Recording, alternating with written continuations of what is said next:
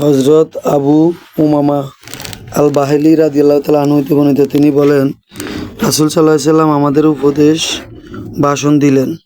আমাদের উদ্দেশ্যে দেওয়া তার দীর্ঘ ভাষণের অধিকাংশই ছিল দাজ্জাল প্রসঙ্গে। তিনি আমাদেরকে দাজ্জাল সম্পর্কে সতর্ক করেন এবং সম্পর্কে আরও ভাষণে বলেন, আল্লাহ আদম বংশধর সৃষ্টি করার পর থেকে দাজ্জালের ফিতনা থেকে মারাত্মক কোনো ফিতনা ও পৃথিবীতে সংঘটিত হবে না। আল্লাহ এমন কোনো নবী পাঠাননি যিনি তার উম্মতকে দাজ্জাল সম্পর্কে সতর্ক করেননি। আর আমি সর্বশেষ নবী এবং তোমরা ও সর্বশেষ উম্মত। সেই অবশ্যই তোমাদের মাঝে ও আত্মপ্রকাশ করবে। আমি ও তোমাদের মধ্যে বর্তমান থাকতে যদি সে আবির্ভূত হয়, তবে আমি ও প্রত্যেক মুসলমানের পক্ষ থেকে প্রতিরোধকারী হইব। সুবহানাল্লাহ। আর যদি সে ও আমার পর আবির্ভূত হয়, তবে প্রত্যেক মুসলমান নিজ নিজ পক্ষ হইতে প্রতিরোধ করতে হইবে। আল্লাহ তাআলা মুসলমানদের জন্য আমাকে প্রতিনিধি করেছেন। নিশ্চয়ই সেই সিরিয়া এবং ইরাক খাল্লা নামক স্থান থেকে বের হইবে।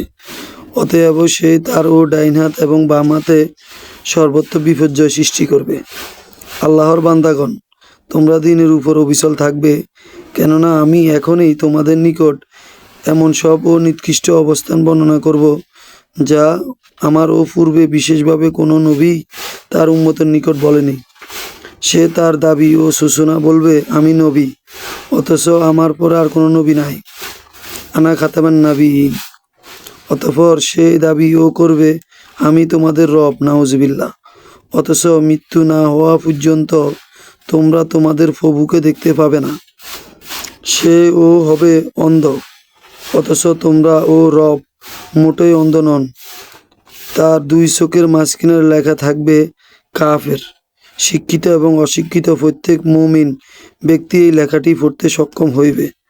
দাজ্জালের অনিষ্টর মধ্যে একটি এই যে তার সাথে জান্নাত ও জাহান্নাম থাকবে, তবে তার জাহান্নাম হইবে এবং জান্নাত, ও তার জান্নাত হবে এবং জাহান্নাম উল্টো। যে ব্যক্তি তার জাহান্নামে বিপদে পতিত হইবে, সেই আল্লাহ তাআলার সাহায্য প্রার্থনা করে সূরা কাহফ এর প্রথম অংশ তেলাওয়াত করবে। তাহলে সেই ও জাহান্নাম হইবে তার জন্য শীতল ও আরামদায়ক।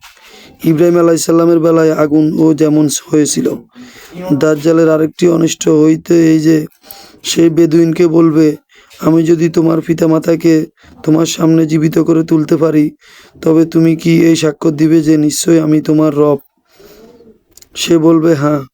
তখন দাজ্জালের নির্দেশে দুইটি শয়তান তার পিতামাতার অবয়ব ধারণ করে হাজির হবে এবং সে বলবে, হে বৎস, তার আনুগত্য করো, সেই তোমার রব।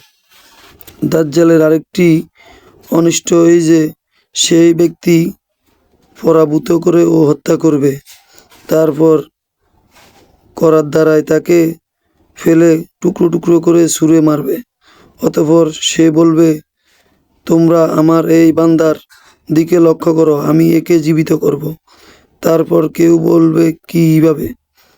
আমি ব্যতীত তার ও অন্য কেউ রব আছে?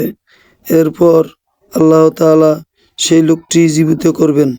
তখন দাজ্জাল খবিশ তাকে বলবে, তোমার রবকে? সে বলবে, আমার রব আল্লাহ। আর তুমি তো আল্লাহর দুশমন, তুই তো দাজ্জাল। আল্লাহর শপথ, আমি তোর ও সম্পর্কে প্রত্যক্ষভাবে বুঝতে পেরেছি, তুই হইলি দাজ্জাল।